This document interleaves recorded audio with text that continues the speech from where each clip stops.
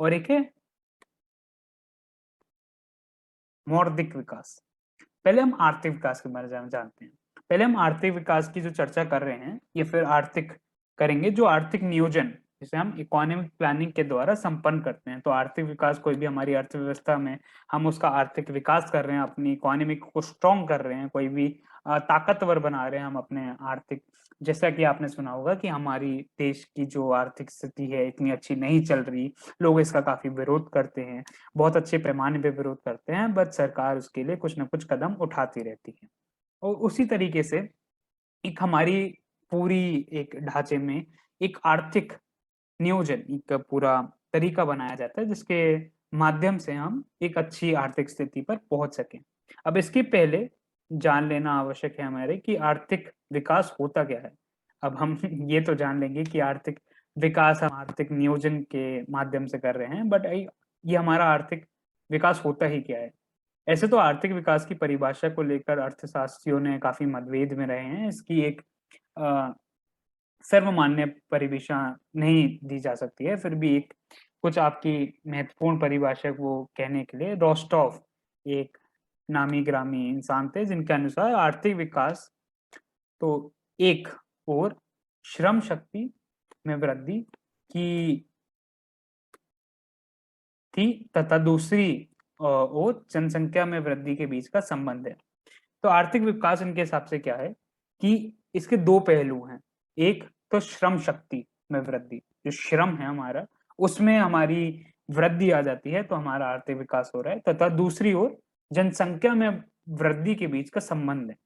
अब हमारा श्रम शक्ति क्या है? श्रम है हम जो कार्य कर रहे हैं, हम उसमें जो एकदम लगन से अपनी मेहनत कर रहे हैं, और जनसंख्या जो हमारी बढ़ रही है। हमारी जनसंख्या जितनी बढ़ रही है और उसके हिसाब से ही हमारी श्रम शक्ति भी बढ़ रही है, तो उसके बीच का जो हमारा कनेक्शन होगा, संबंध होगा, उससे हम आर्थिक विकास की स्थिति को जान सकते हैं कि हमारा कितना आर्थिक विकास हो रहा है और कितना हमें जानना है। अब इसमें हम चीज के बारे में पढ़ेंगे, एक समावेशी विकास, which is inclusive growth. Inclusive growth क्या है? तो आपने बहुत बार सुना होगा कि हमें किसी का बुरा नहीं करना चाहिए, हमें किसी के साथ गलत स्वभाव नहीं करना चाहिए, और सबकी वृद्धि में अपना एक योगदान करना चाहिए, और उसको अ, सहायता करनी चाहिए उसके आगे बढ़ने के लिए। तो आर्थिक विकास भी हम उसी तरीके से जानते हैं कि ये जिस पद्धति का या प्रक्रिया के समाज में सभी वर्गों का जीवन स्तर ऊंचा होता जाए तथा समाज का कोई भी वर्ग विकास के लाभ से अछूता नहीं रहे, तो ऐसे ही विकास को हम समावेशी विकास, इंक्लूसिव ग्रोथ कहते हैं, कि जिसमें कोई भी जो वर्ग है वो पीछे ना छूटे। अब बहुत सारे लोग कहते हैं कि यहाँ के जो रईस लोग हैं वो और रईस हो रहे हैं, जो गरीब है और गरीब होते जा रहे हैं, और यहाँ पर बहुत सारे जो हमारे के वर्ग हैं वो पीछे छूट जाते हैं। परंतु परंतु जो इंक्लूसिव ग्रोथ, जिसका समावेशी विकास का हमारा अ, एक तरीके से माध्यम है जिसका हम कहते हैं, तो उसमें कोई भी वर्ग पीछे नहीं छूटता, और उसमें सभी सभी को मूल्य रूप से सभी को उनका विकास होता है, और इसमें आगे बढ़ते जा रहा है, पूरा समाज आगे बढ़ता है एक साथ। अब प्रोफेसर हम मेयर एवं बाल्डिन की बात कर सकते हैं। उन्होंने कैसे बताया आर्थिक विकास को? उन्होंने कहा कि आर्थिक विकास एक ऐसी प्रक्रिया है जिसके द्वारा दीर्घकाल में किसी अर्थव्यवस्था की वास्तविकता राष्ट्रीय आय में वृद्धि होती है। तो उन्होंने बहुत आराम से ये चीज कह दी कि कोई भी इकोनॉमिक प्रोग्रेस हो रही है, कोई भी विकास हमारा हो रहा है, तो एक प्रक्रिया ऐसी है जिसके द्वारा दीर्घकाल, कोई भी दीर्घकाल में अर्थव्यवस्था जो है हमारी वास्तविक राष्ट्रीय आय में वृद्धि होती है। तो हमारी नेशनल इनकम, आय का आप मतलब समझ रहे हैं, जो हम पैसे कमा रहे हैं, जो हम देश के लिए जो उनकी वृद्धि होती है, उसमें इकोनॉमिक डेवलपमेंट, जिसे अंग्रेजी में उन्होंने कहा, is a process whereby an economy's real national income increases over a long period of time। सो एक लंबे समय में आपकी इकोनॉमी की, आपकी अर्थव्यवस्था की जो आय है वो बढ़ रही है, उसको हम आर्थिक विकास कह सकते हैं। अतः इसको स्पष्ट भी करना है तो हम कह सकते हैं, स्पष्ट है कि आर्थिक विकास आवश्यक रूप से परिवर्तन की प्रक्रिया है, परिवर्तन करता है। इससे अर्थव्यवस्था के ढांचे में परिवर्तन होते हैं, इसके चलते प्रति व्यक्ति वास्तविक आय बदलती है तथा आर्थिक विकास से निर्धारित निरंतर बदलते रहते हैं। आर्थिक विकास का मुख्य उद्देश्य अर्थव्यवस्था के समस्त क्षेत्रों में उत्पादन का ऊंचा स्तर प्राप्त करना होता है। इसके लिए विकास प्रक्रिया की गतिशील करना पड़ता है। तो अगर हम इसको जाने तो वही है कि स्पष्ट रूप से कोई भी आर्थिक विकास है तो हमारे रूप में वो परिवर्तन की प्रक्रिया को चालू कर देता है, कोई भी बदलाव जो हो रहा है हमारे पूरे अर्थव्यवस्था में, और इससे पूरा ढांचा काफी अलग बदल जाता है। और इसके चलते सभी लोगों की जो आय है वो बढ़ती है, देश की आय बढ़ती है, और ये निरंतर आगे हम बढ़ते रहते हैं। इसके मुख्य उद्देश्य अर्थव्यवस्था के समस्त सारे क्षेत्रों में उसके उत्पादन ऊपर हम स्तर पे हम जाते रहते हैं, और इसके लिए विकास प्रक्रिया को गतिशील करना पड़ता है। तो विकास प्रक्रिया तेज हमारी चलती है उससे। आर्थिक विकास को जान लेने के बाद अब आप ये भी जान लीजिए कि आर्थिक विकास, आर्थिक वृद्धि तथा आर्थिक प्रगति में क्या अंतर होता है। तो इनके बीच का जो अंतर है वो हमें जानना बहुत जरूरी है कि आर्थिक विकास क्या है। वो हमने जान लिया कि इकोनॉमी हमारी बढ़ रही है, हमारा जो आर्थिक अच्छा हो रहा है पूरा आर्थिक रूप से, जो भी हमारी चीजें हैं। और दूसरा हमारा आर्थिक वृद्धि अलग है, आर्थिक प्रगति अलग है। तो प्रगति, वृद्धि, विकास आपको शायद से अ, एक जैसे लग सकते हैं, बट इनके बीच में भी अंतर है। सामान्यता क्या है, आर्थिक विकास जो हमारे इकोनॉमिक डेवलपमेंट है और आर्थिक वृद्धि, इकोनॉमिक ग्रोथ है, में कोई अंतर नहीं माना जाता। तो अगर आप सोच रहे थे कि आप विकास और वृद्धि एक जैसे समान है तो आप सही हैं उस चीज पे, क्योंकि इनके बीच में कोई अंतर ज्यादा माना नहीं जाता। दोनों शब्दों को एक दूसरे के स्थान पे प्रयोग किया जा सकता है बदल बदल के, लेकिन इधर अर्थशास्त्रियों द्वारा इन दोनों के बीच भी इन अंतर किया जाने लगा है। तो आपकी अगर पहले सोच थी कि ये सही है, मतलब एक अनुमान से हैं, मुझे भी लगा था कि ये एक जैसे हैं, तो मैं भी आपके साथ था उस चीज में। परंतु परंतु जो हमारे अर्थशास्त्री थे, काफी पढ़े लिखे लोग थे, इसमें जो चीज की बात बताते हैं, उन्होंने कहा कि ये अलग अलग हैं। अब श्रीमती उर्सुला हिक्स थी, मिसेस उर्सुला हिक्स, उनके अनुसार वृद्धि जो है, वृद्धि शब्द का प्रयोग आर्थिक दृष्टि में विकासित देशों से संबंधित किया जाता है, जबकि विकास, डेवलपमेंट शब्द का प्रयोग विकासशील अर्थव्यवस्था के संदर्भ में किया जा सकता है। और डॉक्टर ब्रिजिट सिंह हैं, उन्होंने भी ये चीज लिखी थी कि ग्रोथ का शब्द का प्रयोग विकासित देश के लिए किया जा सकता है। तो एक तरीके से हम दोनों यही बात कह रहे हैं कि हमारे अलग अलग होते हैं। आपने सुना होगा डेवलपिंग नेशंस, जो बढ़ रहे हैं, जो अभी हमारे विकासशील देश बनने, विकासित बनने की कोशिश कर रहे हैं, और एक डेवलप्ड नेशंस होते हैं जो विकास के उस स्तर पे होते हैं कि वो ऑलरेडी पहले से ही वहां पर पहुंच चुके होते हैं। सो इस ग्रोथ, जिसको हम वृद्धि कहते हैं, वो तो हमारे विकासित देशों से संबंध में रखते हैं, और जो विकासशील देश हैं जैसे कि भारत भी है, उनमें हम डेवलपमेंट जो है, विकास, वो यूज करते हैं। तो वृद्धि जो ग्रोथ है वो विकासित, और जो विकास है, जो आर्थिक स्थिति में हमारा विकास हो रहा है, वो विकासशील देश से संबंध रखते हैं। ये बात आपके समझ में आ चुकी होगी। अब हम जानेंगे सस्टेनेबल डेवलपमेंट क्या होता है और ये इसके हम आगे कैसे बढ़ते हैं। तो एक सस्टेनेबल डेवलपमेंट या सत विकास, हमने विकास विकास की बहुत बार कर रहे हैं कि कैसे हम बढ़ते हैं, तो इसके बारे में आपने बहुत सुना होगा कि आजकल बहुत सस्टेनेबिलिटी पे, हमारे जो सत विकास है उस पे बहुत चर्चा हो रही है। तो आज क्या होता है, प्राकृतिक साधनों जैसे कि कोयला, गैस, पेट्रोलियम, वन, जल, सूर्य या प्रकाश आदि का इसी तरह प्रयोग होता है रहा है। तो भावी पीढ़ी को इन प्राकृतिक साधनों से वंचित होना पड़ेगा। यही नहीं, वर्तमान उत्पादन तकनीक जैसे कि इन्वायरमेंटल पोल्यूशन जैसे कहते हैं, प्रदूषण बहुत हो रहा है कि गंभीर समस्याएं जन्म ले रही हैं। अब अनेक उत्पादन क्रियाएं जैसे कि जल, वायु एवं भूमि को प्रदूषित करती हैं, और आज एक बहुत चिंता का विषय है। अब इन संबंधों के कारण विकास की वर्तमान पद्धति तथा प्रक्रिया की जारी रखना उचित नहीं कहा जा सकता। इसके विकल्प के रूप में सत्य विकास का, पौष्टिक विकास के आधार का जन्म हुआ। तो सबसे पहले हमने इसमें सत्य विकास के बारे में जाना कि इसका जन्म कैसे हुआ।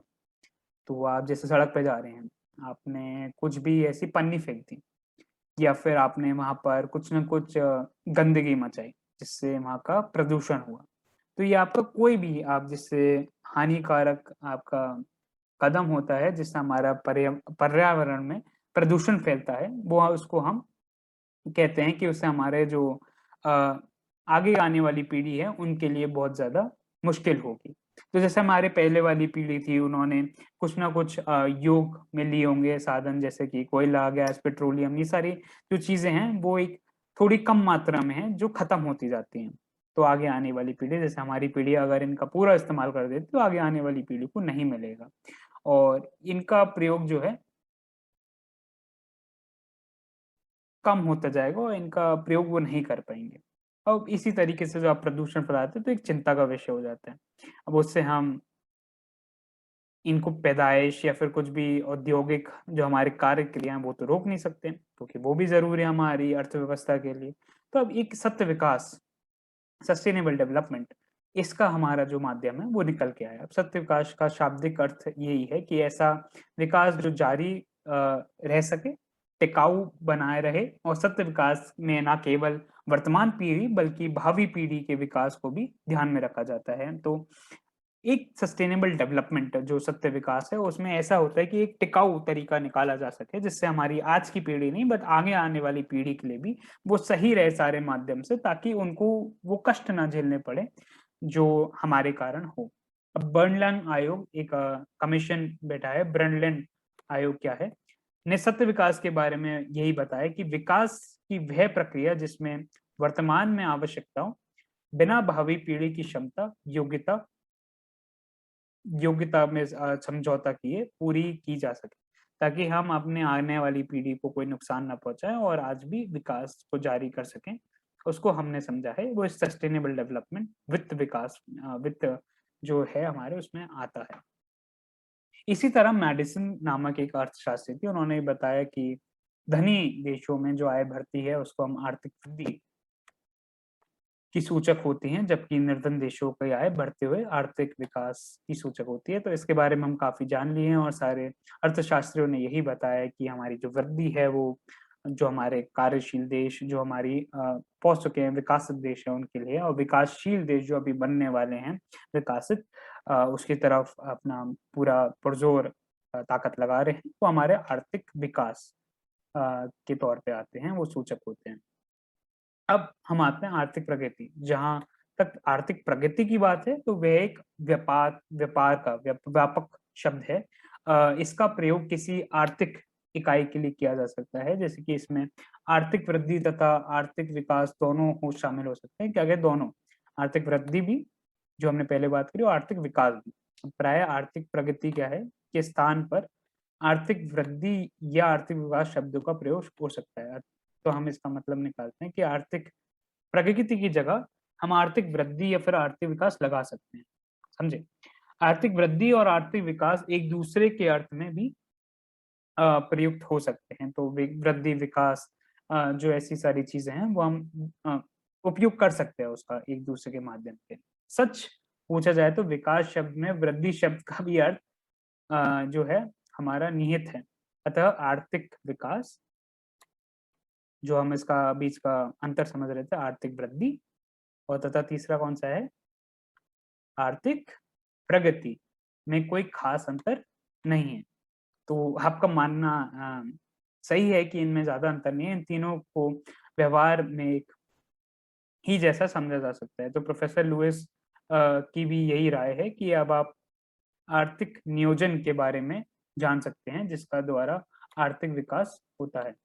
तो जो हमने सबसे पहले हमने जो बात पढ़ी थी आर्थिक नियोजन क्या है, इकोनॉमिक प्लानिंग क्या है, अब आर्थिक विकास के माध्यम से आप जान सकते हैं। तो इन तीनों में जो हमने ऊपर पढ़े, उन तीनों में कोई खास अंतर नहीं है। प्रोफ़ेसर जो लुईस थे हमारा, उनका भी यही मानना था।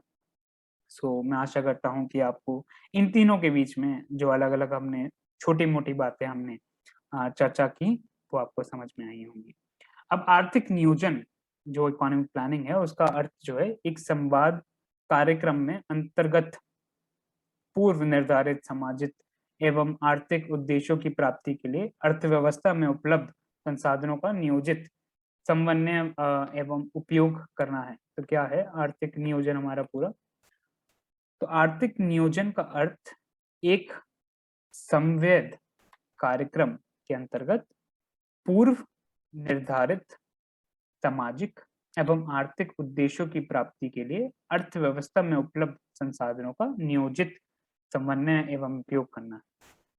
तो हमारे जो पहले से हमारी जो भी निर्धारित चीजें हैं, कुछ हमने उद्देश्य बनाए रखे होते हैं, जैसे आपके जीवन के कुछ उद्देश्य होंगे कि मुझे यहाँ पहुंचना है, ये चीज पूरी करनी है, तो उस उद्देश्यों को बनाना, उसका एक पूरा एक ढांचा तैयार करना, उसका तरीका एक रखना कि इन संसाधन है हमारे पास, ये चीजें हैं और ये चीज हमें ऐसे करनी है।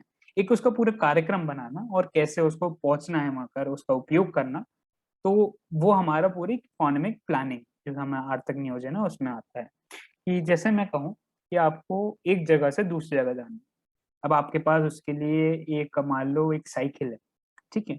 तो साइकिल आपका वो संसाधन हो गई जिस तरीके से, और आप उपयोग कैसे करेंगे, आप उसको चला के उपयोग करेंगे किस तरीके से, उस टायर की हवा है, उसकी चीजें सही चल रही है, चेन लगी हुई है, ये आपने पूरा निर्धारित कर लिया और आपका उद्देश्य क्या है कि एक जगह पे पहुंचना है मुझे ये चलाकर। तो कोई भी आप अपने दिमाग में उस चीज का एक नियोजन करेंगे, एक तरीका बनाएंगे, एक उपाय सोचेंगे कि ये ऐसे ऐसे पूरा हो। तो वैसा ही इन साफ शब्दों में आप एक सोच सकते हैं कि अब आर्थिक स्थिति में वो चीज भी कैसे है। तो उन लोगों के पास भी कुछ चीजें हैं, उन लोगों के पास भी कुछ संसाधन है, उनको कैसे उपयोग में लाना है और कुछ उद्देश्य हमें पूरे करने हैं, वो हमारा आर्थिक नियोजन हो जाता है। तो भारत में एक ऐसी ही योजना आयोग भी है जिसे हम प्लानिंग कमीशन कहते हैं, जो कि आने वाले 5 वर्षों के लिए आर्थिक विकास की योजना बनाता है। भारत में योजना आयोग का गठन कब हुआ था, ये जानना बहुत जरूरी है। 15 मार्च 1950 में ये इनका गठन किया गया था। इसके पदेन अध्यक्ष जो थे देश के प्रधानमंत्री होते हैं, ठीक है। इनके अध्यक्ष कौन होते हैं, प्रधानमंत्री। योजना आयोग के प्रथम अध्यक्ष तत्कालीन प्रधानमंत्री जवाहरलाल नेहरू थे, क्योंकि वो हमारे पहले प्रधानमंत्री थे। और अभी वर्तमान में भारत की योजना आयोग का अध्यक्ष प्रधानमंत्री डॉक्टर मनमोहन सिंह नहीं, अब तो बदलाव आ चुका है न, हमारे हैं श्रीमान नरेंद्र मोदी जी, वो इसके वर्तमान में योजना के आयोग के अध्यक्ष हैं। तो ये हमारा बैठता है जो हमारे पूरे वर्षों के लिए आर्थिक विकास की पूरी नियोजन योजना बनाता है। और ये कब हुआ था गठन, 15 मार्च 1950 में इनका गठन किया गया था। तो मैं आशा करता हूँ इसके बारे में आप काफी अच्छा जान पाए होंगे, इसको समझ पाए होंगे। और इसके आगे हम अ, अगले जो हमारा पार्ट होगा उसके नीचे हम जितनी भी चीजें हमारी रह गई हैं इस वाले पूरे वीडियो में, और उसमें हम जानेंगे। धन्यवाद।